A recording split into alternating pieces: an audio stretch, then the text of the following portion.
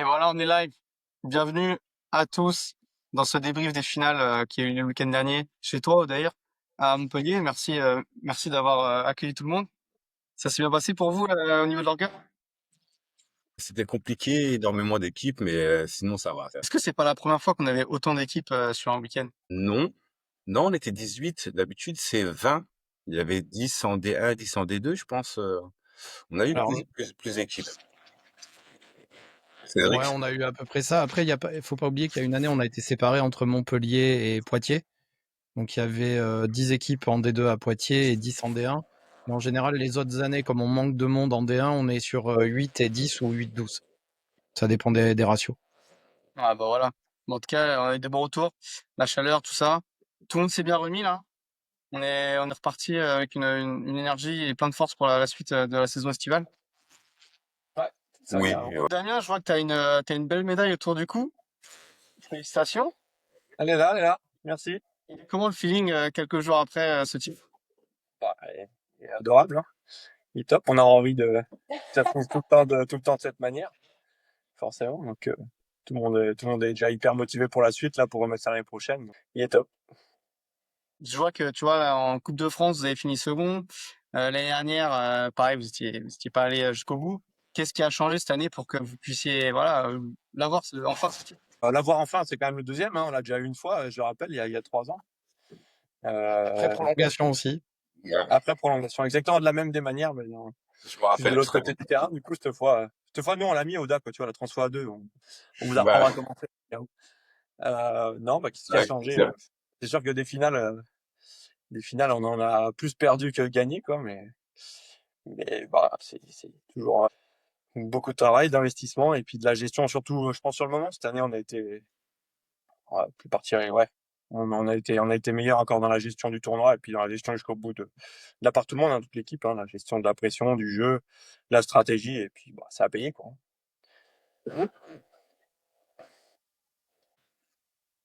Et alors toi, Mouna qui a joué contre vous en finale, qu'est-ce qui a fait la différence cette finale? On va dire que c'était une très belle finale. Je pense ce qui a fait la différence en vrai, peut-être le manque enfin le réalisme, parce que nous on a manqué de réalisme en fait sur nos transfos. Eux ils ont mis quasiment toutes les leurs à 2 points. Et voilà, je pense que c'est ça qui a fait la différence en vrai. Mais c'était un très bon match. Pas trop déçu? Toujours quand même, hein. Après, ce que je retiens, c'est qu'on a fait preuve on a eu cette capacité de remonter en fait, parce qu'on était mené au score à la mi-temps, plus 10 points. Et ce que je retiens, c'est qu'on n'a pas lâché et on a été jusqu'au bout, on les a poussés jusqu'à l'overtime. Donc, ouais, oui, des regrets, mais au moins on a rien lâché, quoi. D'avis un peu général, euh, j'avais l'impression que le niveau du tournoi cette année, il avait encore augmenté. Est-ce que c'est moi qui, voilà, j'avais pas eu l'occasion d'être là ce week-end pour raison personnelle, mais est-ce que c'était vraiment le cas? Oui, clairement, je pense que depuis la première édition là, qu'il y a eu sous ce format D1, déjà il y a plus d'équipes inscrites et puis ça se sent qu'il y a quand même plus d'années d'expérience derrière tout le monde qui fait que c'est quand même un format qui est différent à jouer par rapport au précédent format mixte qu'il y avait avant et par rapport au format non mixte. Là, ça se sent qu'il y a aussi beaucoup plus d'expérience dans ce format-là, je pense. Et toi, d'ailleurs, ça fait des années aussi que tu joues, tu as ce même ressentiment un peu? Oui, oui, en fait, là, le niveau, il a beaucoup évolué. Les mecs, en fait, ils prennent beaucoup plus le sport au sérieux, ils s'entraînent beaucoup plus et ça se ressent. Au début, j'étais un peu sceptique. Je me suis dit avec 2 filles, mais bon, après, comme nos filles ont vraiment ont beaucoup progressé plutôt. Donc, en fait, ça fait du bien pour tout le monde. En fait, ça fait un niveau incroyable pour toutes ces équipes. Tu fais partie du monde du flag depuis longtemps. Tu as ce même ressenti, que ce soit sur les joueurs, mais tu peux aussi nous parler des arbitres? Sur les athlètes, enfin, je rejoins ce qu'ont dit Damien, Odaïr juste avant.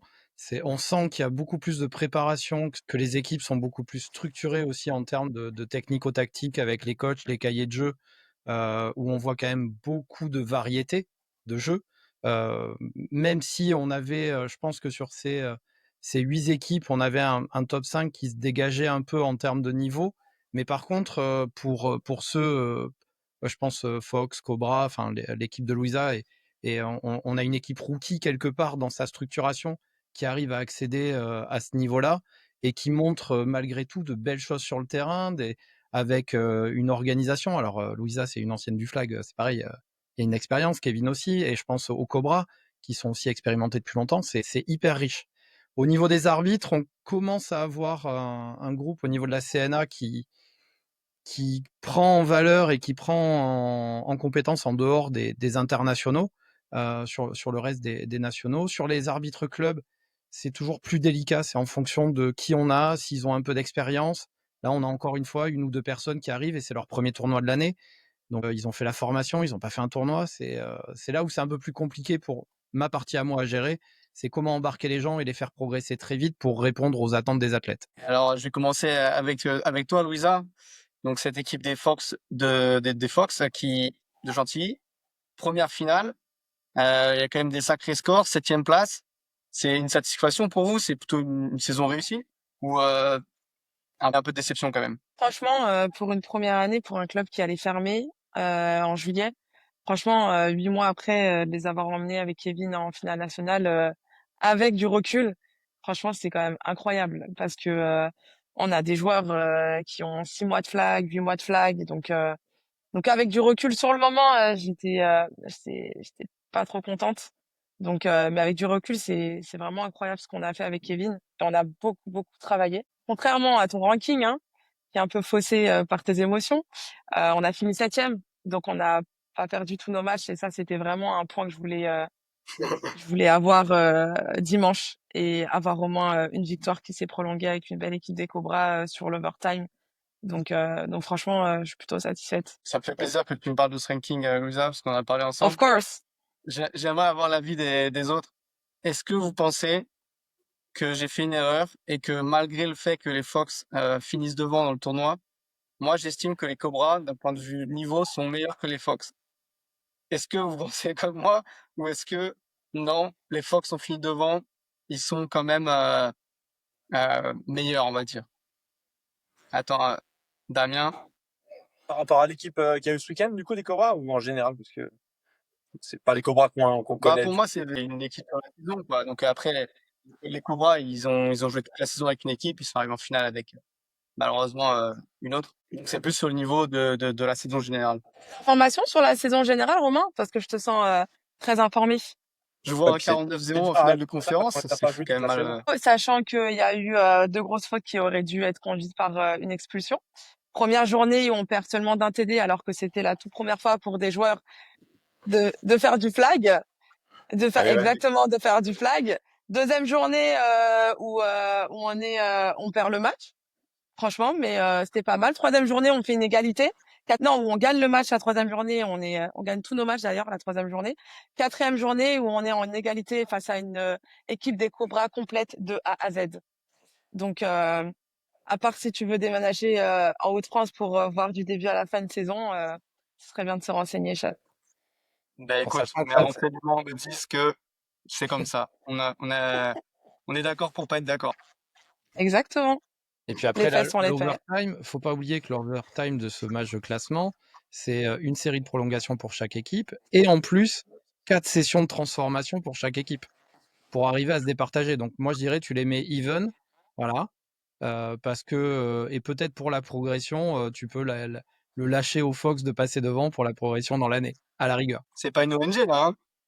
Nous, Ah non, c'est le niveau, hein. Je suis pas là parce que c'est pas parce qu'on ouais. est petit niveau qu'on va les faire passer devant, hein. C'est une très belle Non, équipe. je suis complètement d'accord avec ça, hein. Franchement, il y a pas de parce qu'on est les nouveaux autre chose. Mais si on fait équipe par équipe, on a une équipe où il y a un QB mini, franchement, qui a un très bon QB, hein, et qui a l'habitude d'être QB et qui a joué en équipe de France. On a un Vasco qui est toujours dans le tableau d'équipe de France et j'espère qu'il sera dans les 12. On a Clémentine qui est aussi en équipe de France. J'espère pour elle aussi qu'il sera dans les 12, une ancienne joueuse d'équipe de France. Donc on a pas mal d'athlètes, contrairement à mon équipe où, à part moi qui est joueuse équipe de France, euh, jusqu'au peut-être potentiellement changement des coachs ou pas, on verra. Mais en tout cas, je me considère toujours en tant que joueuse équipe de France et à haut niveau parce que je suis toujours sur liste. Et un Kevin qui est sa première année en QB et qui n'a jamais fait de compétition en QB à ce niveau-là et tous les autres c'est des rookies. Bah moi je trouve que peu importe équipe au complète ou pas, on est Ok. septième. Mais c'est tout à ton honneur en tant que coach des équipes de l'équipe de Chantilly de croire ça. Si tu ne crois pas, tu vas pas chercher plus loin. Et j'ai hâte de voir ce que l'année prochaine vous allez faire. La première place du Nord, elle est peut-être pour vous, quoi. Mais bon, on va revenir sur la finale. Donc, de toute façon, les Cobras, on s'y attendait. Ils se sont bien battus. Ça n'a pas suffi. Voilà. Malheureusement pour eux, je suis déçu que Faisal il a pas pu venir finalement aujourd'hui parce que il est en Égypte, le chanceux. Les Fox, du coup, grosse première finale. Moi, je trouve première saison réussie, plein d'apprentissages. Est-ce qu'il y a des apprentissages vraiment pour toi, Louisa, sur cette finale, pour ton équipe, pour tes joueurs? Ah oui, concrètement, mes joueurs, ils ont appris énormément. Surtout, Damien, ton équipe avec les Molosses, ça a été incroyable. Donc, ça leur a montré ce qui était le niveau parce que j'ai été vraiment avec Emine, on a vraiment essayé de leur montrer le haut niveau et c'est ça aussi qui a pêché parce que c'était pour une première année. Donc, franchement, pour eux, ils ont beaucoup appris. Et moi, j'ai pu apprendre en tant que coach, en tant que joueuse. À chaque fois que je fais les deux, c'est super dur, surtout à cette température. Mais l'IQ, il fait que augmenter et je gère plein de choses à la fois avec Kevin. Donc franchement, c'est que du positif. Odeir, elle dit que grâce au Molos et au Centaure, elle a vu le meilleur niveau. Vous les battez 40-7, les Fox. Tu le prends personnellement ou pas? Non, pas du tout, parce que franchement, non, pas du tout. C'est clair, ça a été une très très belle finale et que c'était deux très grosses équipes. Oui, Tout le monde apprend, même moi, mon équipe, on a appris de nos erreurs.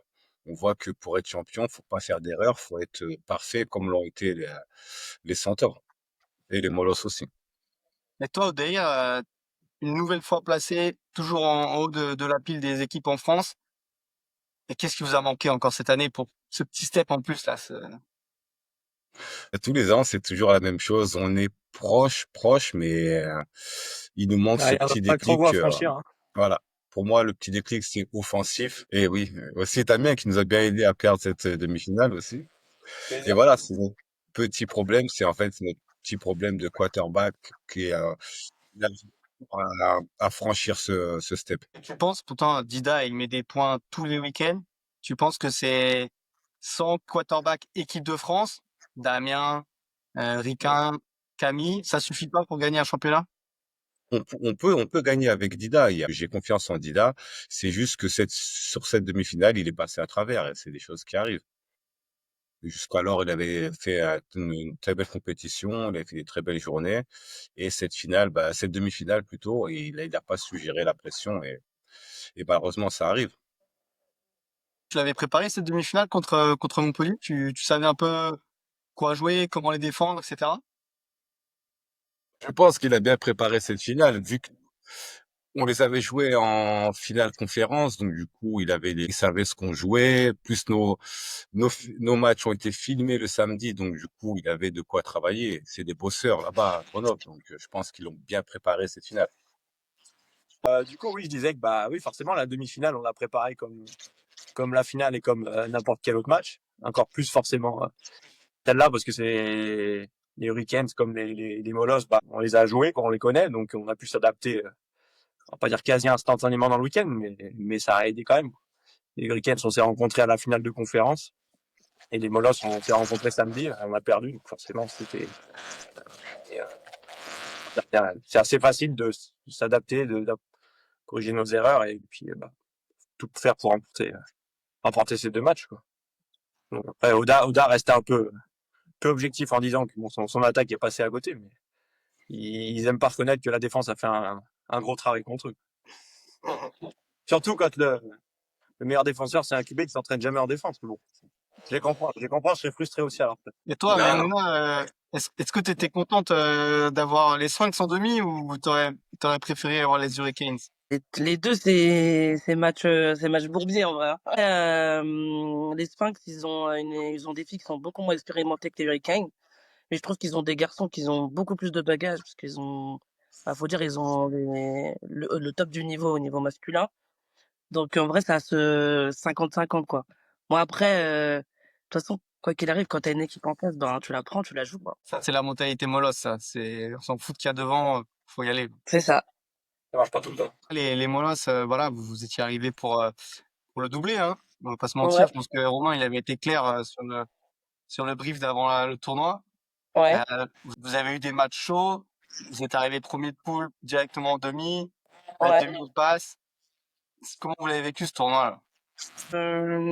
On n'a jamais aussi bien joué. Vraiment, je trouve qu'on a été solidaires. Donc voilà, donc non, franchement, je trouve qu'on n'a jamais aussi bien joué.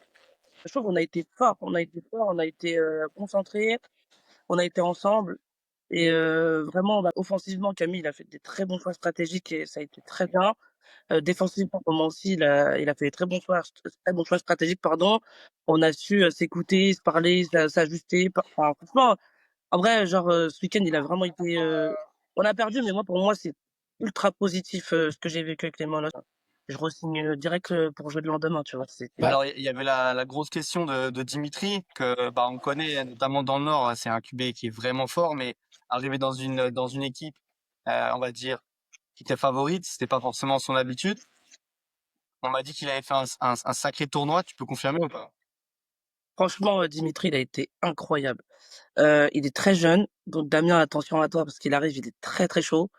En fait, ce que j'aime bien dans ce QB, c'est que il est très calme. Il est posé, il est calme, il est rassurant. Et même si on est mené ou on n'y arrive pas, on marque pas, il arrive toujours à tout de suite à apaiser les tensions. Et dans son cerveau, j'ai l'impression que tout est équilibré, tout est aligné. Il pète pas de câble. Et d'avoir un QB qui est aussi calme, ça fait du bien. Il a une sacrée lecture. Donc franchement, non, Dimitri, il a été vraiment vraiment trop trop fort ce week-end. En Mais vrai, pourtant vous et, avez douté de lui, hein. Vous avez douté de lui, et, oui, et Dimitri. on Mais peut voir aussi sa progression depuis son arrivée avec les Molosses et le travail qu'il mène avec Camille. donc bien Enfin, sûr. moi, pour l'avoir vu l'an dernier, le revoir vu en Coupe de France, là, l'avoir arbitré 2 fois dans le week-end, ce jeune homme, waouh, quoi. Enfin, c'est un joli prospect et à accompagner et à soutenir parce que c'est vraiment un gamin qui est fort.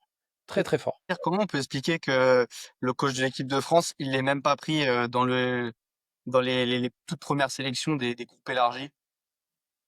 Comment?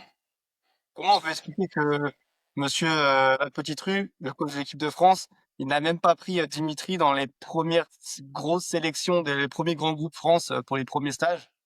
Ouais, franchement, c'est un mystère. Dimitri est jeune, très bon, mais moi, j'étais un peu sceptique. Je me suis dit, ah, ça va être un peu compliqué, mais il a fait fermer beaucoup de bouches ce week-end en prouvant que c'était un très bon quarterback, un très bon joueur.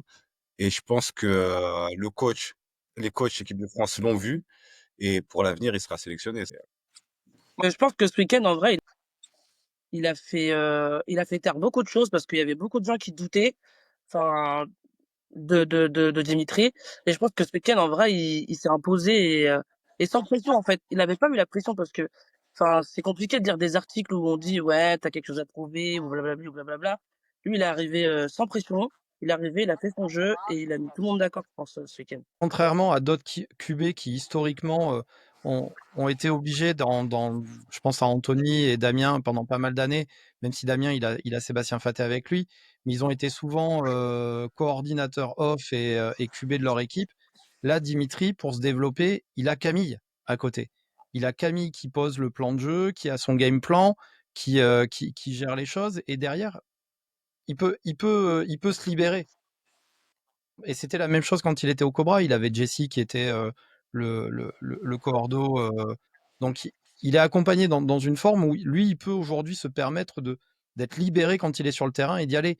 Il n'a pas ce poids de devoir gérer ce que Damien, Anthony et d'autres ont fait pendant des années sur les terrains. C'est aussi, je trouve, un facteur important pour la future génération qui arrive, c'est qu'on commence à avoir des coachs avec de la compétence et qui sont sur les touches, qui sont pas tout le temps sur le terrain. Ça, c'est la grosse différence sur cette édition, je trouve. Toi, Damien, tu as vécu comment cette confrontation directe avec Dimitri en finale? Parce que bon, il y a ces matchs un peu voilà, phares à chaque fois contre Requin, contre voilà, le duel fratricide, mais là, c'est la première fois qu'il y avait un vrai duel contre un nouveau. Enfin, un nouveau, il est pas nouveau non plus, mais tu l'as vécu comment, hein? Je l'ai gagné, donc bien, j'ai bien vécu. Là, après, oui, on parle toujours de confrontation QB, joueur, ça reste, on dit pas que ça reste un sport d'équipe, quoi. C'est une équipe contre une autre équipe. Donc oui, moi, très bien vécu. On a pu échanger avec Dimitri à la fin, là, tous les deux. Donc c'était vraiment cool. Moi aussi, j'étais assez, enfin, surpris que oui, il soit pas appelé dans les premiers groupements des équipes de France parce que oui, il a un très bon potentiel et il est jeune. Donc ça veut dire que, bah, comme tous les jeunes joueurs qu'il y a en DB, en receveur, bah, plus on est formé jeune, plus on a de chances d'être au meilleur niveau plus tôt au moment venu. Dimitri, je l'ai déjà trouvé très bon l'année dernière au Cobra. Les Cobras nous ont posé vraiment des problèmes avec l'équipe des Salamandres avec qui j'ai joué l'année dernière.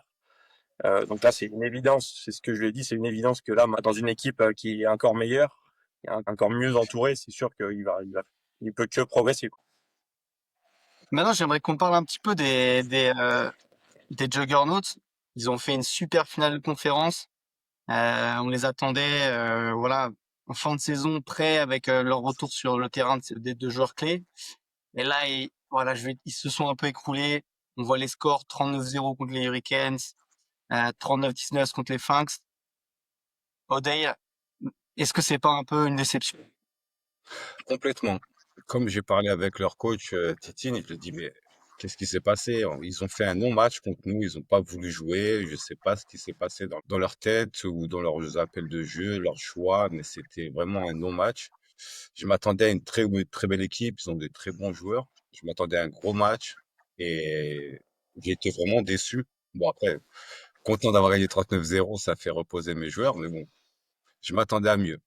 C'est un mystère cette équipe, ils ont un gros potentiel, mais ils ont pas réussi à jouer. Je pense que c'est le soleil qui était trop fort pour eux. Et moi, je posais la question à Louisa, on va peut-être faire polémique, mais est-ce que le problème dans ce cas-là, quand on voit des joueurs comme ça, est-ce que le problème c'est le coaching ou est-ce que le problème c'est les joueurs eux-mêmes qui arrivent pas à se mettre au niveau? Moi, je pense que après ma saison aussi avec les Fox, c'est que quand t'es coach, tu peux mettre tous les discours que tu veux en place et partager ton expérience, mais ça viendra toujours des joueurs. Et je sais que moi, dans mon équipe, avec certains joueurs, j'ai fait plein de travail sur le mental, des exercices. Mais t'as beau faire tout ce que tu veux, à la fin, c'est les joueurs qui sont sur le terrain. Donc peut-être un peu des deux, mais peut-être aussi des joueurs. Il y a eu quelques drops. En tout cas, dans notre match, malheureusement, il y a eu des trous qu'on n'a pas su exploiter. Il y a eu quelques drops, mais les joueurs clés qui étaient attendus, ils étaient présents. Donc après, c'est du travail encore. Hein, c'est encore du travail d'équipe. Et toi, qui le connais très bien, Antoine Brisset qu'on avait annoncé en ATH, est-ce qu'il est venu en ATH sur cette finale? Bah, je pense déjà il est venu, déjà c'est déjà bien. Non, je l'ai vu, j'ai pas joué contre eux, mais je les ai vus un peu de loin. Après, les Jugs, c'est un peu koh leur équipe, hein. Ils gagnent une épreuve d'immunité, ils perdent une épreuve de confort. Après, ils gagnent une épreuve. C'est un peu en dents de scie. Et je pense qu'ils ont fait une très belle finale de conférence, mais après, sur la finale nord, ils ont pas su rester au niveau qu'ils avaient mis à la finale conférence. Et je pense qu'aussi l'absence de Vincent Lemoine le samedi, ça les a un peu aussi peut-être mis en difficulté. Mais Antoine, il est chaud, hein. Il a été chaud ce week-end, hein. Marasme un peu d'équipe. Est-ce il y a des joueurs un peu des Juggernauts qui sont sortis quand même du lot sur ce week-end? Après, t'as Antoine, t'as Schaeffer. Après, je les ai pas joués, j'ai regardé vraiment de loin, donc je laisse la parole à ceux qui ont joué contre eux. Toi, Damien, tu les as joués en wildcard. Donc, tu avais l'équipe entière normalement. 30, si je rappelle le score. Bah, encore une fois, l'obstacle à passer était peut-être trop beau. Ouais, ils ont été renforcés par Vincent, donc c'est sûr que on s'est pas fié aux résultats qu'ils avaient pu faire le samedi. On a clairement pas pris ça. On les a clairement pas pris comme un match gagné, hein. J'ai mon ressenti, j'ai eu l'impression que pour les avoir joués du coup en Coupe de France il y a 2 ans, bon c'est pas le même format, hein, mais du coup, je pense que c'était Clément du coup le QB. Je l'ai trouvé moins allé, je pense que quand on s'était affronté du coup pendant cette finale de conférence où le match était vraiment très très accroché. Là, je l'ai trouvé un peu en dessous. Donc, je sais pas si c'est voilà peut-être au format de jeu ou je sais pas quelle pratique il peut avoir derrière. C'était mon ressenti. Après, encore une fois, c'est le seul. Enfin, on les a joués qu'une fois là cette saison à ce moment-là. Je les ai pas vus la veille ni sur toute la saison. Donc c'est dur de dégager une grosse conclusion. Ok, ça marche. Alors, on passe sur les Diables Rouges. Diables Rouges qui finissent 5e. On peut dire que c'est peut-être la place où on pourrait les voir. Et en même temps, je pense qu'il y a pas mal de gens qui auraient pu parier sur le fait avec les joueurs qu'ils avaient, le talent qu'ils ont dans leur équipe, on aurait pu les voir plus haut. Toi, Louisa, qui les connaît très bien, qu'est-ce que tu as pensé de leurs prestations? Je l'ai pas vu jouer, mais je sais que, enfin moi j'ai regardé un petit peu sur le téléphone. Je sais que c'est Dylan qui a fini la compétition en QB. Donc comme ça a été dit, bah le QB c'est important, hein, donc si le QB sort de son match, ils ont eu de la chance qu'il y ait Dylan, mais peut-être qu'il est rentré un peu trop tardivement. Donc c'est dommage. Parce que Johan, tu trouves qu'il était pas dans un bon jour? J'ai pas vu la première partie de. Moi, j'ai juste vu quand Dylan était rentré. Donc, je pars du principe que si Johan, alors que c'est le QB, il sort du terrain, c'est qu'il y a eu soit peut-être un souci physique ou autre. Donc, je trouve ça dommage parce qu'ils ont vraiment des athlètes dans l'équipe. Sur le Donc c'est moment, dommage. pour Mais avoir Mouna, l'info, hein, pour ouais, avoir non, l'info vas-y, en main Cédric, sur le toi, match. c'est quoi ton ressenti là-dessus? Ah, c'est pas un ressenti, mais c'est pour avoir l'info via Dylan à la fin du match. C'est à la mi-temps, c'est un choix d'équipe de mettre Dylan. Et comme je l'ai dit, enfin, on voit la différence dans cette deuxième mi-temps quand Dylan drive l'attaque. Et pour les avoir arbitrés le samedi, Johan, je l'ai vu beaucoup plus régulier et appliqué les saisons précédentes. Et là, j'avais l'impression que dès le samedi, il n'était pas dans le rythme. Les balles étaient soit trop hautes, soit trop basses, ou un peu derrière l'épaule. On sentait que sur sa mécanique, il y avait quelque chose qui avait l'air de l'embêter. Et Dylan, par respect, en étant nouveau dans le club, et c'est lui qui me le dit, hein, il dit Cédric, je suis pas allé à la chasse à sa place parce que je respecte Johan et que je veux pas lui marcher dessus, quoi. Je veux que ça, quelque part, le passage de témoin, ça doit venir de l'intérieur. Et j'ai trouvé ça quand même, enfin, malgré tout, c'est un super état d'esprit de ne pas venir se pourrir. Maintenant, quand je les ai arbitrés samedi, c'était face au Molos, si je me rappelle bien, hein, vu que certains m'ont chanté mon anniversaire à la fin. Ils ont été, mais c'est pas que Johan, c'est toute l'équipe a été à côté de ses pompes tout le match. Ils auraient fait un documentaire sur leurs chaussures, c'était la même. Ils arrivaient pas, non mais ils arrivaient pas à se connecter. Il y a rien qui allait. Les choix de jeu étaient en décalage en défense. Ils avaient beau essayer de se donner des conseils, de s'encourager. Enfin, on connaît Delphine, elle essaye d'apporter énormément de choses, de positivisme dans l'équipe. Et là, ça cliquait pas quoi. Enfin, c'était dommage parce qu'il y avait un super potentiel dans cette équipe, je trouve. Ouais, pourtant, Will Maël, Hugo Tekedam, chez les filles, on a Delphine, on a Le Corps. Enfin, il y a quand même des sacrés joueurs, quoi. Toi, Mouna, c'est votre seule défaite de saison régulière quand même, les Diables Rouges. Il y a eu des gros matchs pendant toute la première phase. Et là, Ouais. le samedi, effectivement, 39-6. Pas du tout un score qu'on a vu sur la phase régulière. Qu'est-ce qui s'est passé? T'as l'impression que vous êtes, vous avez peut-être plus progressé que eux pendant l'année? Comment tu peux expliquer ça? Comme je dis, à la finale, on était vraiment en phase, en vrai. Franchement, on n'a jamais aussi bien joué. Et en fait, le truc, c'est qu'on les a asphyxiés dès le début. On les a pas laissés respirer. Et du coup, après, ben, tu sais, le mental, c'est dur de tenir parce que franchement, on a été vraiment des rouleaux compresseurs. On les a pas. Bah, franchement, on leur a marché dessus. Il faut dire les termes. Hein. Je vais pas mytho. Mais ouais, je les ai trouvés en dessous de quand on les rencontrait en finale de conférence. Enfin, j'ai trouvé aussi qu'ils avaient un peu baissé les bras. Il y avait des attitudes un peu négatives. Ça, j'ai trouvé ça un peu dommage. Alors que, bah, comme tout le monde le dit, il y a une grosse équipe, il y a un gros collectif, quoi. Et toi, Damien, tu les as joués aussi pareil le samedi. Vous avez gagné sur le score de 34-20. Est-ce que tu vois, voilà, juste un mauvais week-end pour eux et ils vont revenir encore plus fort? Enfin, il y a une marche de progression quand même. Tu les vois comme un futur concurrent ou là, c'était voilà, la marche est trop haute quoi, avec l'équipe actuelle.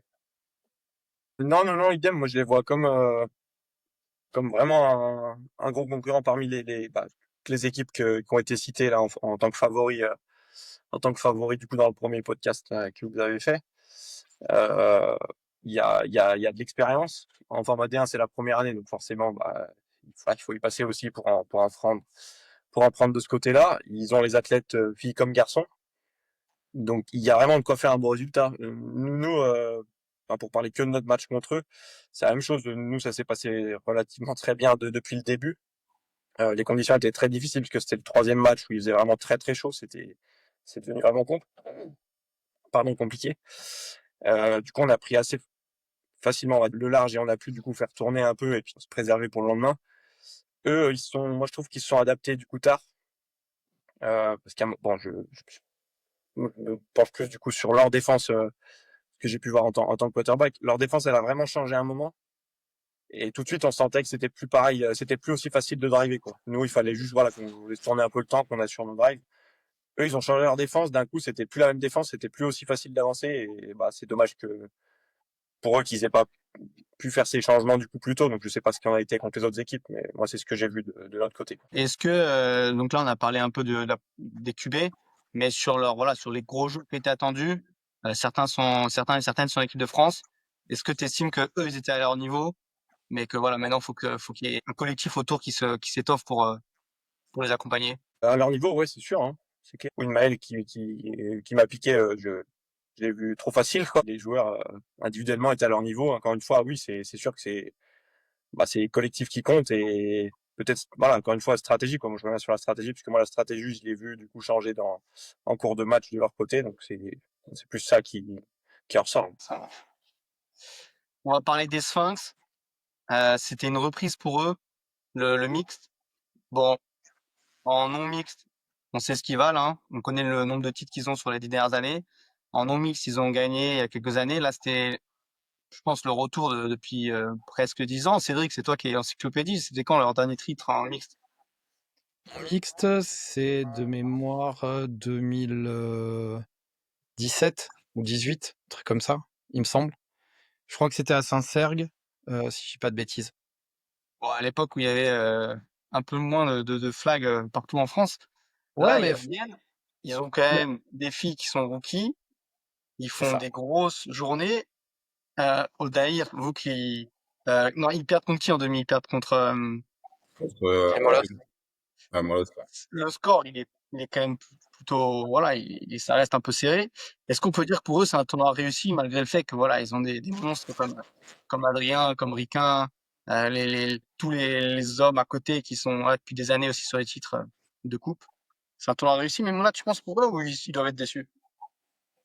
Ouais, non, clairement, c'est un tournoi réussi. Ils reviennent après de longues années sans jouer en mixte. Ils viennent avec des filles qu'ils ont formées et ils arrivent, ils font un podium comme ça presque 10 ans après. Donc franchement, je trouve ils doivent être contents, je pense, du résultat. Et voir aussi la manière dont ils ont joué, parce que les filles, ils les ignorent pas.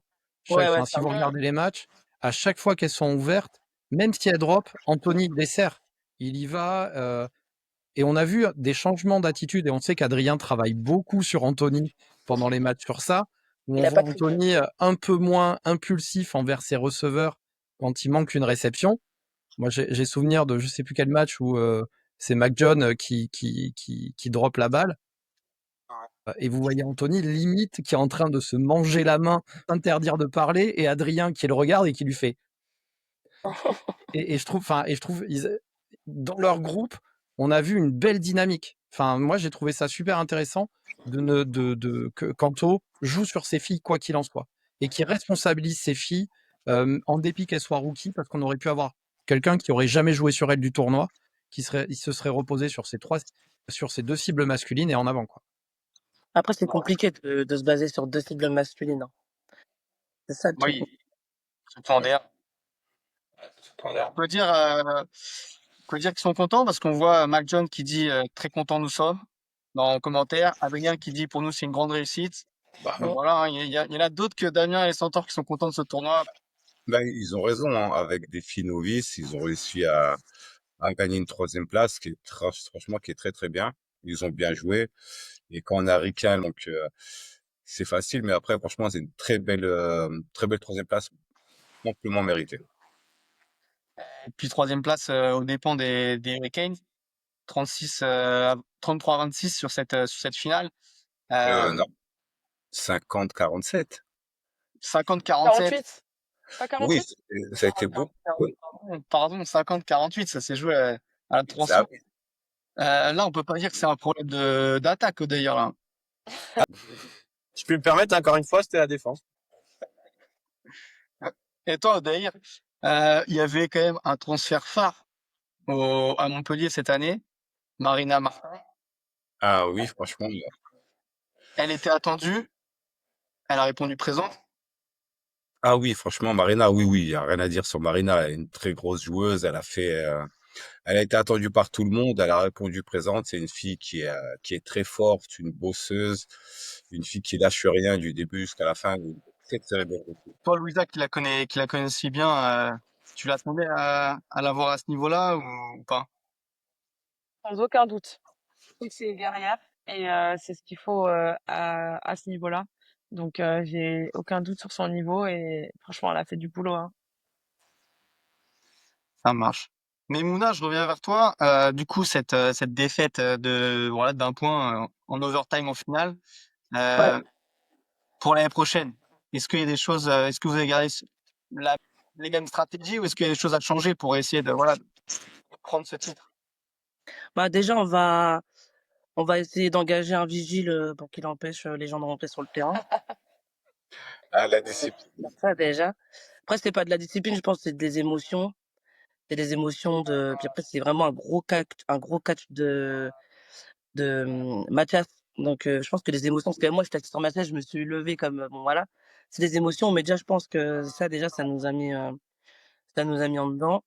Et après, après, franchement, si on reste sur les mêmes bases, on peut le faire. Enfin, on va le faire de toute façon. Là, on vous a laissé un petit peu la place, histoire de, moi, j'ai jamais une médaille de deuxième place, donc, au moins, j'en ai une. Je sais ce que ça fait. Mais l'année prochaine, on va revenir prendre la première. Toi, Damien, tu vas faire quoi pour le garder ce titre? Il y a des choses qui se mettent en place au Centaure ou pas? Être déjà en place? Que vous mettez en place pour, voilà, pour perdurer, quoi, pour avoir une sorte de dynastie, comme on peut avoir avec la Coupe de France, les Sphinx. C'est quoi ce qui va faire que vous avez une dynastie en mixte chez les Centaures pour l'année prochaine? Du travail toujours, de l'investissement, de la remise en question. Il n'y a jamais rien d'acquis, clairement. Puis je pense bah, de l'envie, hein, de la motivation tout le temps. Que dire? Je sais pas. On y est tout le temps. Il y a, Il y a il y déjà la a dynastie. quelque chose qui a changé à Grenoble depuis que vous avez le CUP, le sport-études, où tu as quand même deux joueurs très importants de Grenoble qui sont issus de ça. Il y a des nouvelles petites pépites qui vont sortir ou pas? Ah oui, c'est possible. Et puis il y en a en cours. Hein. C'est une évidence. Hein. Enfin, c'est clair que ça aide. Hein. Quand on a des athlètes sur le terrain, forcément, bah, c'est forcément des gros plus pour les équipes. Hein. Ça, on peut pas le nier. Donc, quand on met des athlètes exceptionnels dans une équipe d'expérience, bah, il n'y a pas photo. Hein. C'est quand même une formule, une formule miracle. Mais ça fait pas tout, quoi. Je veux dire, des finales avant qu'il y ait bah, des joueurs comme Tanguy, comme Tanguy, clairement, hein, si on parle de lui, bah, Tanguy, il n'était pas là quand on a gagné en 2022, il n'était pas là quand on a perdu toutes ces finales ou qu'on aurait pu gagner de pas grand chose. Donc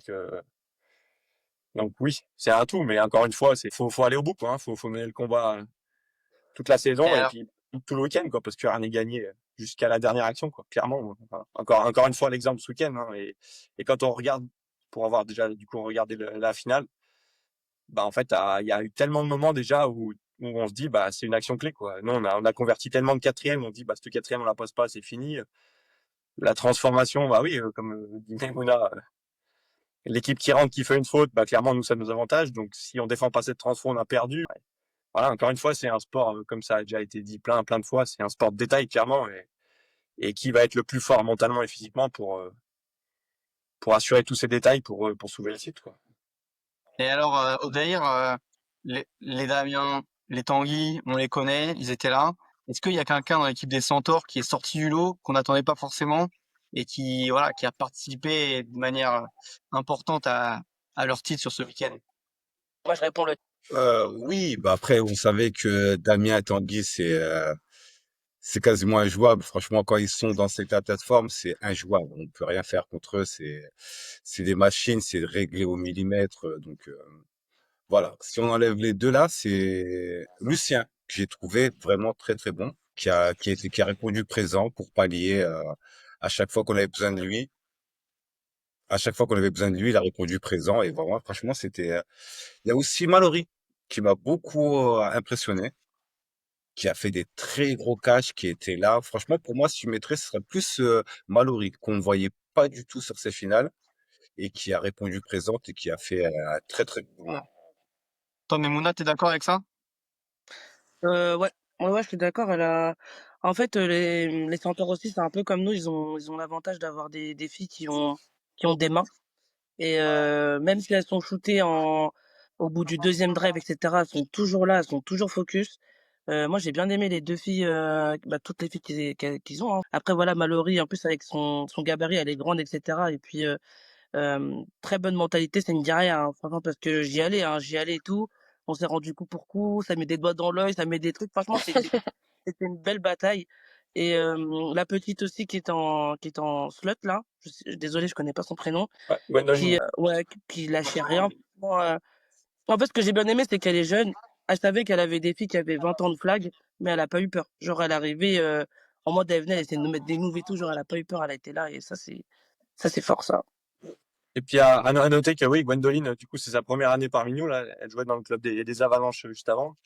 Elle est toute Oh, jeune. Il faut savoir qu'à chaque drop qu'elle faisait aux entraînements ou aux premières journées régionales, elle était en larmes, quoi. Elle était en sanglots. Donc oh. vraiment chapeau à elle parce que elle a fait une saison et un travail monstre du coup pour en arriver là. Et voilà, Ouais, faut un bon- ouais. elle a été alignée tout le long. Elle a fait ce qu'elle avait à faire en finale. Et puis elle est championne de France aussi, quoi. Mm, En plus, les balles de Damien, c'est parmi les plus rapides de France. Donc, ouais. faut avoir des bonnes mains, hein. Faut être préparé. Et toi, Cédric, il y a quelqu'un qui t'a surpris un peu dans ces équipes finalistes? Tanguy a été pour moi stratosphérique sur demi et finale. Et je le redis, hein, sur la finale, si les Centaures gagnent, c'est les. Alors, Damien fait un super travail sur les lectures, l'animation de son attaque. Mais Tanguy, enfin, pour moi, deux actions qui me restent. Celle où il s'ouvre pour marquer le TD et qui sur le drive de prolongation, plus la transformation à 2 points derrière. Pareil, le travail d'ouverture, enfin tout le travail de son tracé, d'exécution de son tracé, bah faut que les gens regardent hein, et ils apprennent parce que là on a des exemples de ce qu'il faut faire quand c'est bien fait. Et en défense, bah il déploie une énergie, waouh. Enfin moi j'avoue j'étais bluffé. Côté Molos en finale, quand on me parle de vouloir mettre à la retraite une Elisa, une Memouna, va peut-être falloir se poser des questions sur ce que les gens regardent sur les terrains, hein, parce que là aussi, hein, sur le tournoi, euh, qui peut me dire qu'elles ont été en dessous d'autres joueuses et avec tout le respect qu'on a pour toutes les joueuses françaises, enfin franchement, il y a un travail pour cette nouvelle génération qui arrive qui est intéressant. Mais quand il y a un joueur, je crois que enfin, je discute avec notre président de fédération après, et il me dit, Cédric, il faut qu'on le garde, ce format mixte, parce que là, sur le terrain, moi, j'ai pas eu l'impression de voir du mixte. J'ai vu des athlètes. Ouais. J'ai vu que des athlètes. Le niveau, il a été bluffé, notre président de fédération. Donc, quand on en arrive à ça et qu'on permet d'amener ce qu'il faut devant les yeux des bonnes personnes qui nous gouvernent, alors même s'il fait partie du CODIR fédéral en tant que responsable des arbitres, c'est important. Et tout ce que tout le monde a fait sur le tournoi, enfin moi, les deux demi-finales, cette petite finale et cette finale D1, waouh quoi. Enfin, merci à tous les athlètes pour le boulot fait sur le terrain. C'est top. Et alors, je vais lancer un débat là. Le Vas-y. changement de format l'année prochaine. Est-ce qu'il n'y a pas un risque un peu de désintérêt de la compétition avec le parallélisme des deux calendriers, mixtes et non mixtes en même temps? C'est-à-dire que forcément, quand tu vas t'entraîner, tu vas aussi devoir préparer l'un et l'autre. Louisa, toi voilà, qui est coach maintenant, t'en penses quoi de ce changement de format? Moi, je trouve qu'il n'est pas du tout réaliste avec la pratique et le terrain. Parce que tu peux avoir un entraînement par semaine, voire deux, si tu as de la chance. Et si tu as un entraînement par semaine, tu fais comment? Sachant qu'on va pas se voiler la face, malheureusement, le niveau Coupe de France homme est bien élevé et plutôt homogène, alors que côté féminin, il est pas très homogène. Donc les mecs, ils vont plus se concentrer sur la Coupe de France masculine et au détriment du mixte et au détriment aussi des filles. Si t'as trois filles moi je parle de mon club, on était trois femmes cette année. Si on prend les règles de l'année prochaine, il n'y a pas de Coupe de France. Et du coup, s'il n'y a pas de Coupe de France féminine, il n'y a pas de mixte. Donc moi je trouve que c'est pas du tout réaliste avec le terrain. toi, Memouna, t'es dans un club qui est quand même peut-être le plus développé en France. Ouais. Vous aviez 3-4 équipes qui fait le championnat en même temps, 2 équipes sur les 2 divisions qui sont en finale. Vous l'anticipez comment, ce changement de calendrier? Bah, déjà, il va falloir qu'on trouve, des espaces parce on est beaucoup licenciés avec le foot et cetera et le terrain, on a pas beaucoup le terrain et puis, moi, je la rejoins Luisa dans le sens où, parfois aussi en mix, enfin chez les filles, c'est un joueur qui nous coach ou vice versa et du coup, le fait qu'il peut pas être là ou peut pas être là à 100 pour pouvoir, prendre les entraînements, des filles, c'est c'est un peu compliqué mais, je sais pas comment ça va se passer, mais c'est un peu compliqué. Je pense qu'il aurait fallu faire un Google Form avant de Avant de passer à l'acte. Et pourtant, l'objectif, c'est de plus jouer. Donc là, en théorie, tu joues plus. ouais, Ouais. mais en fait, c'est en même temps. Je pense que si ça avait été en quinconce, Mmh. avec une catégorie par dimanche, je pense que c'est plus facile. Mais le fait que les journées soient en même temps, un joueur ne peut pas coacher un jeune parce que c'est en même temps ou ne peut pas coacher une équipe féminine, et cetera, et cetera. Donc si ça avait été un dimanche, une catégorie, on va dire, bah, on peut plus, s'organiser pour, Bon, d'ailleurs, t'as un avis là-dessus? Bah, franchement, pour moi, dans les deux cas, c'est un problème. Parce que dire si c'est en même temps, le manque de coach qu'on a, manque de personnel, ça va tout tuer. Et si c'est en quinconce, c'est aussi un problème parce que on a une vie de famille. On est des sportifs, mais on reste des amateurs. On va pas partir un week-end sur la Coupe de France, un week-end sur le championnat mixte, un week-end. Non, là, ça va être la mort de tous les couples. Voilà. Et ça va être très très compliqué. Mmh. Malheureusement, il y aura un des deux qui va en souffrir. Ma foi, on verra ça, hein, ça peut être mon intention. Ouais, Damien, tu voulais dire quelque chose? Ouais, carrément, ouais. Bah, je la rejoins les 3 rapidement sur l'avis de dire que oui, la transition, elle va être un peu compliquée parce que, bah, on passe de peu à beaucoup. Mais clairement, moi, je suis convaincu à fond que, bah, faut passer par ça pour pousser au développement, que ce soit des effectifs, des coachs, des arbitres. Enfin, nous les premiers, hein. Là, on a envie de tout faire, mais bah, là, à chaque fois, on bataille avec le nombre d'arbitres, de bénévoles, tout ça. Bah, il va en falloir encore plus si on veut assurer, mais si on veut développer notre sport, enfin, faut y passer, quoi. Très clairement, moi, quand j'ai commencé le flag, on avait un championnat régional, un championnat national. On pouvait faire l'un ou l'autre ou les deux.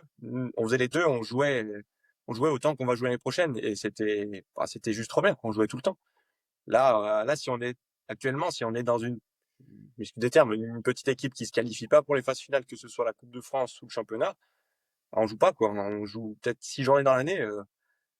Je vois pas comment on peut attirer des gens dans un sport où on joue pas en fait compétition, hein. Je parle pas des tournois loisirs. Donc, oui, la transition elle va peut-être être un peu compliquée.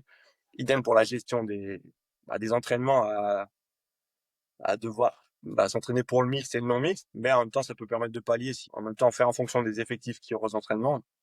Mais il faut y passer quoi, faut passer par un changement et on peut pas faire que critiquer sans qu'il se passe rien quoi. Donc hâte de voir Ouais, l'année puis prochaine. Ouais. ça va ressembler aux autres sports, le rugby, le foot, tu joues toute l'année, tous les week-ends. Donc après, voilà, c'est sûr qu'il y a plus de licenciés, plus de compétition. Je clôture cette page-là parce que bah on saura quand on saura. J'aimerais revenir sur les finales. Odaïr, apparemment, il y avait une polémique sur les MVP du tournoi. Est-ce que tu peux me raconter ce qui s'est passé un peu?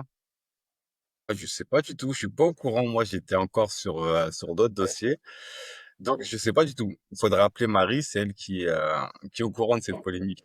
Alors, en fait, les MVP, c'est Marie en amont du tournoi qui a poussé auprès de la Ligue Occitanie pour que la Ligue Occitanie s'engage à récompenser les MVP, ce qui a été validé après par les équipes de com de la Fédé pour faire le MVP.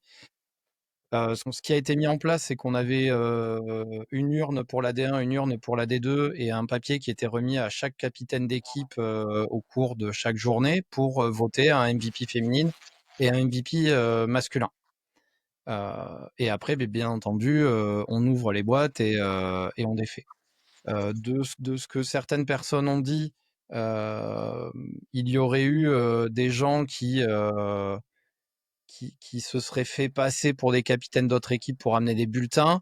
Comme c'était la première fois, il n'y a rien qui était vraiment rodé. On l'avait laissé à la table des délégués et qui, eux, nos deux délégués qui étaient Jacques et Gaël, qui ont été super avenants, super agréables avec tout le monde. Bah, sur le moment, enfin, et on leur pose ça à côté, c'était pas très clair. Donc, je sais qu'on a commencé à en parler avec Marie après le tournoi tous les deux pour essayer de réfléchir à comment on peut faire pour l'année prochaine. Est-ce qu'on laisse ça au capitaine et entraîneur? Est-ce que c'est une réunion rapide entre les entraîneurs du tournoi? Est-ce que s'il y a les sélectionneurs qui sont présents, on leur délègue comme on a fait sur le NFL Flag U13 où on a demandé à un des sélectionneurs U15 avec son assistant de s'occuper de nous trouver, enfin de nous dire ce qu'ils avaient vu sur la journée et sur la finale. C'est tout ça, enfin là c'était une première depuis un long moment parce que je crois qu'on n'en a pas fait des MVP depuis très très longtemps. Et c'était le but de le relancer et voilà. Et non, Camille, tu n'es pas une fraude sur ton tournoi, tu le mérites. Et alors, bon, je vais pas revenir sur tout ça, mais Louisa, toi, si tu devais donner un titre MVP homme et femme sur le tournoi, tu le donnerais. Écoute, je vais te dire pour qui on a voté Kevin. Sachant qu'on est parti du principe qu'on a voté uniquement les équipes qu'on a jouées, ça a été rapide vu qu'on fin de samedi c'était fini pour nous. Donc on a voté pour Marina parce que franchement elle a été incroyable contre nous. Et on a voté pour qui pour l'homme et le coin. Stéphane Lecoing, de Montpellier. Voilà Ok. nos votes à T'as voter. impressionné, Stéphane? C'était le vote de Kevin. Hein. Je... Ah, c'est c'est C'est un franchement concours de popularité, moi c'est pas un concours de niveau. Moi, honnêtement, moi, je suis honnête. Moi, je dis ce que je pense. Honnêtement, Kevin, il a Inter. On m'a dit qu'il était rapide. Kevin, il a Inter. Moi, je me souviens que de ça. Kevin a été QB, donc il a joué Blitz. Donc, il m'a dit que il a quand même fait le boulot. Mais moi, je me suis occupée du féminin. C'était très bien comme ça. ok. Toi, d'ailleurs, ça serait qui tes MVP? Bah, pour être honnête, franchement, c'est facile pour le niveau garçon. Franchement, c'est Tanguy. C'est lui pour moi, qui a été le meilleur sur ce tournoi. Juste derrière, je peux vous dire qu'il y a Mathias qui a été très très fort aussi. Mais vraiment, ce petit jeune-là, ça va être les deux là, ça va être le futur. Donc pour moi, en garçon, c'est Tanguy. Mais bon, je tenais à dire qu'aussi Mathias mérite d'être dans les petits papiers. Et après, niveau filles, franchement, contre qui on a joué, il n'y en a pas une qui est sortie du lot. Je vois donc, juste pour les joueuses contre qui j'ai joué, hein, ça serait Louisa. Après, j'ai pas eu la chance de jouer contre les Molosses, donc Memouna, tu sais très bien que j'aurais voté pour toi. Bon, c'est très bien que j'aurais fait du ça. Moi, je me base sur les joueuses contre qui j'ai joué. Je peux pas me permettre de voter une autre équipe que j'ai pas vu jouer, donc ça serait plus du copinage. Ça, le copinage, c'est pas toi, ça, d'ailleurs. Non, pas du tout. Et Merci, toi, Audrey. Memouna, alors, c'est qui tes MVP? Ouais, moi, je mets Mathias Tanguy.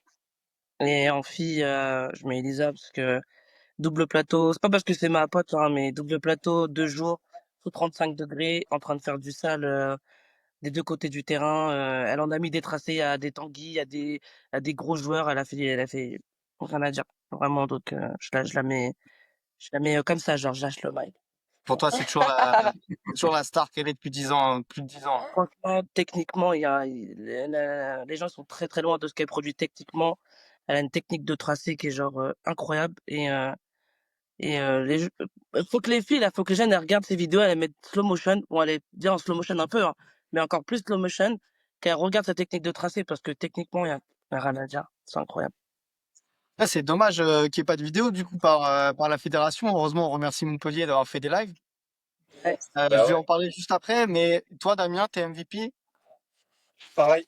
Moi, Memouna a dit exactement ce que je comptais dire. Moi, c'est Tanguy et Elisa. Et de ce qu'ils imposent sur le terrain, que ce soit du coup en attaque et en défense, jusqu'au bout, quoi, du coup, jusqu'en finale. Et franchement, ça se mérite, quoi. Et toi, Cédric, ton avis? Alors, sur cette D1, chez les filles, sans conteste, Elisa sur l'ensemble des 2 jours. Il y a vraiment, encore une fois, une qualité athlétique et exceptionnelle. Enfin, elle transpire, elle respire flag. Enfin, c'est par tous les pores de la peau et c'est à chaque fois un régal de l'avoir joué et de voir l'intensité qu'elle y met. Je mettrais Marina en 2, effectivement, parce que j'ai pu avoir des retours des arbitres sur les différents matchs Marina a fait aussi énormément de travail pour l'équipe de Montpellier et chapeau à elle parce qu'on la voit chaque année faire un pas de plus vers le haut et on peut reconnaître sa progression parce qu'elle en a encore sous le pied, je pense, et elle en est consciente elle-même. Chez les garçons, alors moi, par rapport à ce que je vois depuis un petit moment sur le flag français, oui, Tanguy sur ce tournoi, je pense, aurait pu. Camille, c'est pas un vol, qu'on soit clair, hein. Pour l'avoir arbitré 2 fois dans le tournoi, pour avoir les retours des collègues qui étaient sur les matchs, faut voir qu'il a des fois débloqué des situations en faisant des choix de jeu, en étant sur le terrain en tant que receveur ou en faisant double QB avec Dimitri, où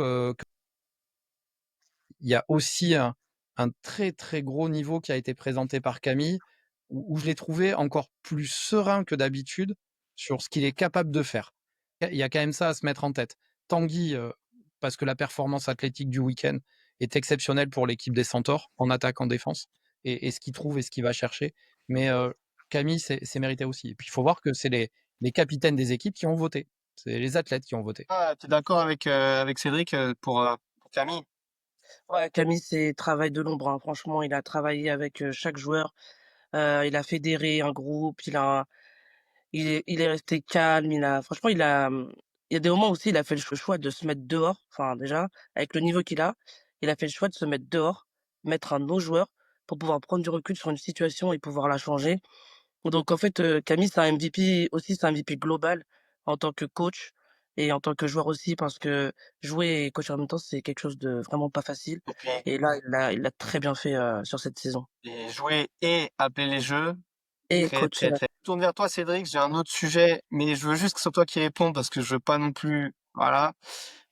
Pas de live FFFA. Tu fais partie du board FFFA. On dit, ouais, on met la prio sur le flag, les JO, ta. Pas de live sur les finales. Ça a été Qu'est- Ça a été un choix financier du bureau fédéral. Donc là, moi, membre du CODIR, on n'a pas été associé dans la discussion et on a vu le retour. Mais après, on peut aussi comprendre par rapport aux investissements faits cette année et aux moyens qui ont essayé d'être mis à disposition et qui ont essayé d'être dégagés. Je peux entendre euh, l'argument de ça va nous coûter tant et en face, le retour, il est je sais pas, on va dire 300, 400 viewers grand max. C'est un peu sur ça où il faut trouver le juste équilibre et qu'on trouve plus de moyens. Parce que mine de rien, si on veut que nos équipes soient compétitives, bah, c'est aussi mettre des moyens pour les équipes de France. C'est aussi la visio, c'est aussi nous faire connaître et nous faire voir, hein. Mais comment on le fait vivre derrière, tout ça, c'est des équilibres financiers à trouver et on peut pas se mettre dans le rouge tout le temps, quoi. Tu penses pas que on parle pas que juste du nombre de viewers live, mais ça peut être aussi crédibiliser un sport qui commence qui permet ensuite de continuer à faire grossir le pool. Donc c'est-à-dire un peu un investissement maintenant, mais pour gagner plus tard, quoi. Ça, je l'entends, hein, cet argument. Enfin, moi, je défends depuis pas mal d'années tout ça en interne à la fédération depuis que je suis arrivé en 2012, avec l'aide de plein de monde, hein, des Marine Paricci, des Sylvain Guyot ou autres qui ont été au CODIR fédéral. Euh, Là, il y a un choix qui plaît pas à la communauté au global et on l'entend très bien à la fédération. Le tout, c'est d'essayer pour les prochaines éditions de pouvoir ramener cette captation ou de trouver un moyen de faire en sorte que ça puisse se faire avec peut-être pas les gros moyens dans tous les sens comme on a avec Sport. Enfin, je sais jamais le nom du diffuseur quand ils viennent.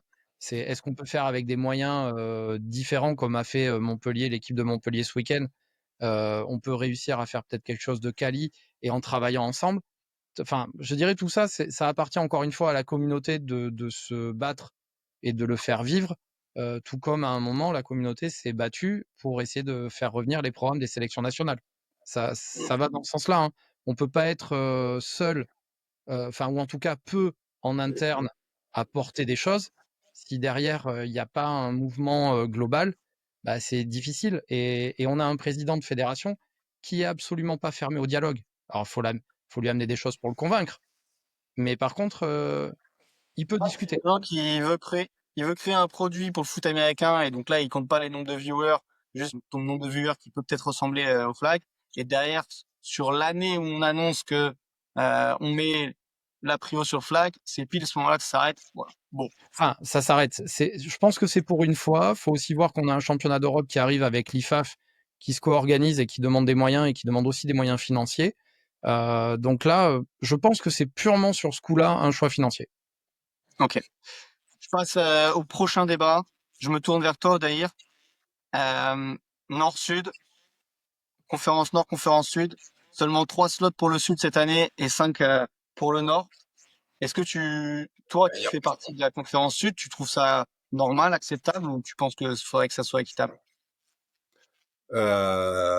Franchement, non. Après, c'est le niveau sud. En fait, on a tiré les 3 grosses équipes. Non, on avait encore les Fenris.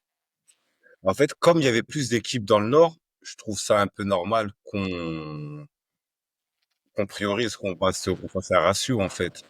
Ça serait bête d'avoir 10 équipes dans le nord, 12 équipes dans le nord, en prendre que 5 et avoir 6 équipes dans le nord et en prendre 5, en fait, pour faire une finale 5-5.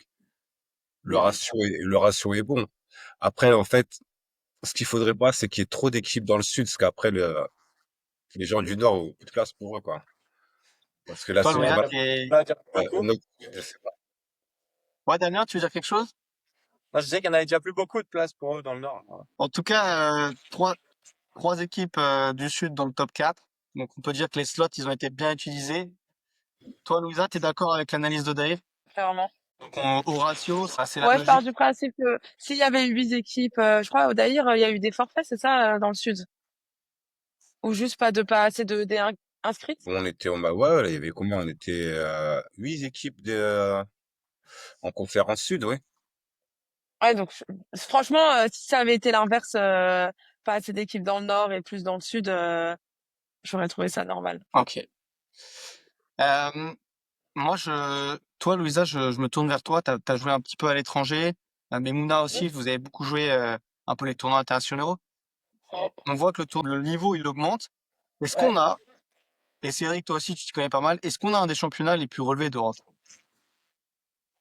Franchement, je trouve que c'est vraiment pas mal en vrai en France, hein. On parle de mix? Sur l'ensemble, je pense qu'on peut parler sur Coupe de France et mixte. Sur Chez l'Europe, les garçons, je pense que c'est pas mal. Ouais, chez les garçons, c'est pas mal. Je suis d'accord avec May. en mixte, là, j'ai eu des retours de la compétition espagnole qui avait lieu le même week-end que nous. Je crois, c'est un de tes anciens coéquipiers, Odaïr, qui joue avec la sélection espagnole. Willem, ouais.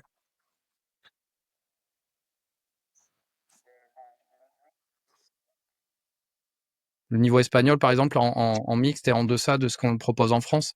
Sur le niveau, je pense que sur le niveau masculin, notre Coupe de France, ça se vaut avec les championnats danois et allemands, je pense, sincèrement, et autrichiens. Italien aussi, puisque après, toi tu y joues, Romain, mais le petit retour que j'ai eu du responsable des arbitres italiens, c'est que quand même sur la phase finale, il y a quand même du costaud. Bah écoute, là, on en est aux phases interrégionales, donc c'est pour ça que j'étais pas là sur la finale. Et franchement, c'était très très nul. On s'est bien fait chier. Ils essayent de vendre J'espère une finale top 8 D1 France où toutes les équipes sont fortes. Ouais, J'espère que le top 8 Italie sera à ce niveau-là. Mais là, l'interrégion, franchement, tu vas juste parce qu'il faut y aller, quoi. c'est peut-être juste pour me forcer la main pour venir là-bas arbitrer un coup, filer un coup de main sur leur finale. C'est peut-être ça. Vendre du rêve. Probablement, voilà, moi, on m'a vendu le lieu des finales qui apparemment est incroyable, mais on m'a jamais vendu le niveau des finales. Bon, Annonce-nous le lieu juste pour rêver. Grosseto que tu connais, je crois. Prévois les pains de glace pour tes genoux et pour le reste de ton corps. Tu vas aimer le centre hippique. Ça va être sympa. Écoute, on verra ça, je vous tiens au courant. Par contre, sur un truc là, sur ce qu'on avait à Montpellier, donc on a le terrain habituel qui est en super état et on a eu le nouveau terrain à côté qui avait servi pour la finale de Coupe de France, je crois, il me semble, au Daïr. Non, celui qui est à côté, non, c'était la première fois qu'on l'avait là. N'empêche, en termes de qualité pour tous les athlètes d'avoir ces deux terrains-là, même si on avait le vieux terrain qui est pire qu'une dalle de ciment. Pour la proximité, le dernier terrain, en fait. On avait Voilà. pas, je pense que c'était trop loin pour. Pour vous, les athlètes, je trouve qu'en termes de qualité de terrain, on était sur quelque chose de très bien, qui venait pas trop traumatiser les articulations comme pas permis. Avec en plus la chaleur. Ça fait chaud. Non, mais je veux dire, pour faire la différence avec Jérusalem en 2019, Ah oui, Ah, quand c'est tu vrai. étais sur les synthétiques. Là, ouais, c'est vrai. c'était pas le même ressenti pour tout le monde, alors qu'il y avait pas de vent. Le vent se foutait de notre gueule. Minutes avant la fin de ce D1 pour passer après à D2, j'aimerais qu'on parle d'un dernier sujet, tous ensemble. Mhm. Cédric est là, on va parler du niveau d'arbitrage. Mais Mouna, qu'est-ce qu'on a pensé du niveau d'arbitrage sur ce week-end? Ouais, il a été très bien. Il était très bien. Après, ça se voit qu'il y en a qui ont moins d'expérience que d'autres. Mais ça se voit qu'il y a un travail de formation. Moi, pour avoir fait les tournois, j'en ai vu plusieurs faire des cliniques à l'étranger.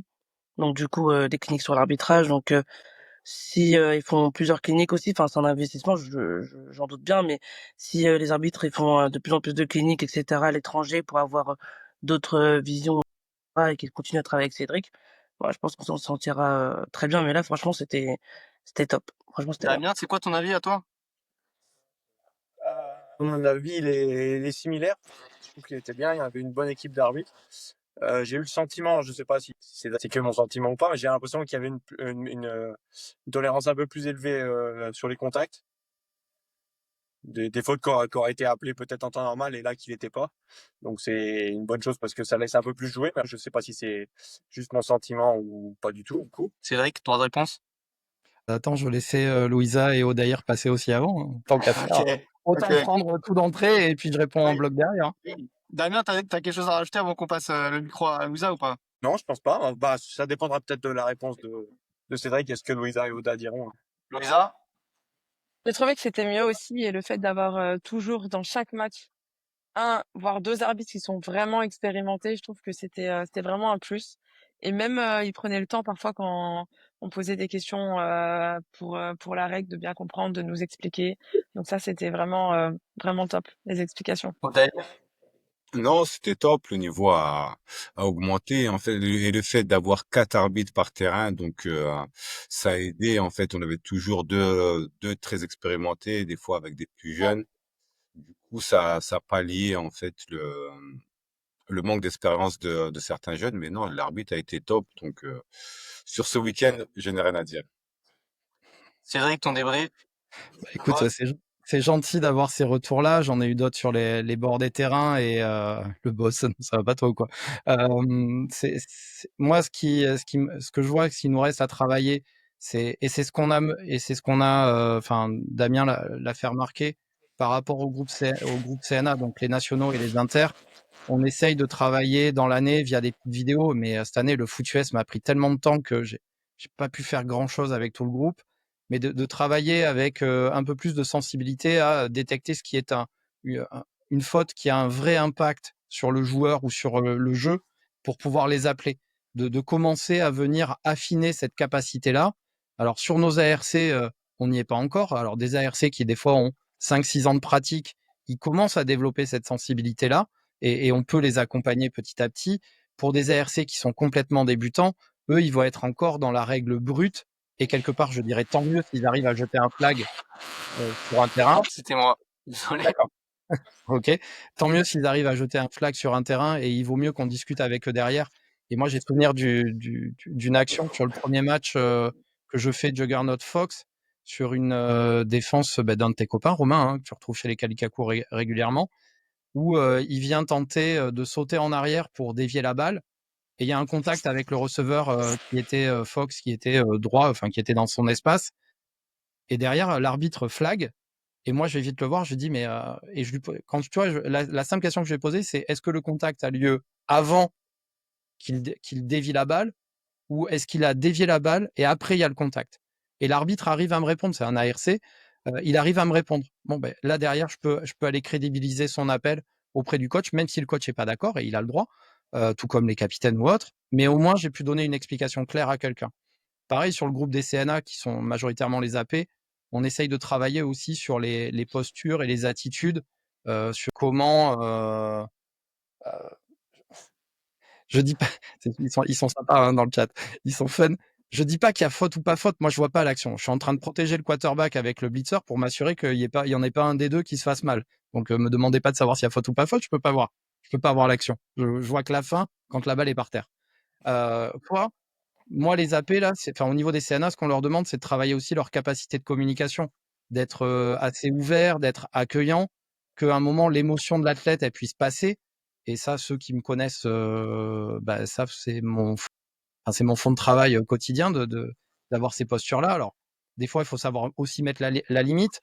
Et je pense que sur notre groupe de CNA, vu qu'on a certains jeunes qui arrivent, je pense à Samantha, je pense à Benoît, je pense à Jean, qui était là ce week-end, je pense aussi à Flavien, on a encore de la place pour les faire progresser sur ça. Voilà. Ok, Ouais. bah écoute. Je peux juste, pardon. Ouais, Damien, le mot de la fin pour le vainqueur. Ah, le mot de la fin? Non, quand même pas. Non, juste, on était sur l'arbitrage. Moi, je voulais juste insister, je pense, sur. J'avais déjà fait remonter, du coup, dans les années précédentes, là où il y avait eu des petits loupés sur la gestion du temps, sur la prise du temps. Ça a été encore un peu le cas cette année, là, sur plusieurs matchs. Et, Ok. à mon sens, le temps dans le flag football, c'est l'élément majeur, quoi. Et sur un tournoi de ce niveau, il va pas être important que sur la demi ou la finale, quoi. Il est clairement important sur l'ensemble des matchs. C'est-à-dire quoi? Toi, tu voudrais qu'on soit sur 2 minutes fin de Non, match, arrêt du temps? Ah, la gestion des arbitres.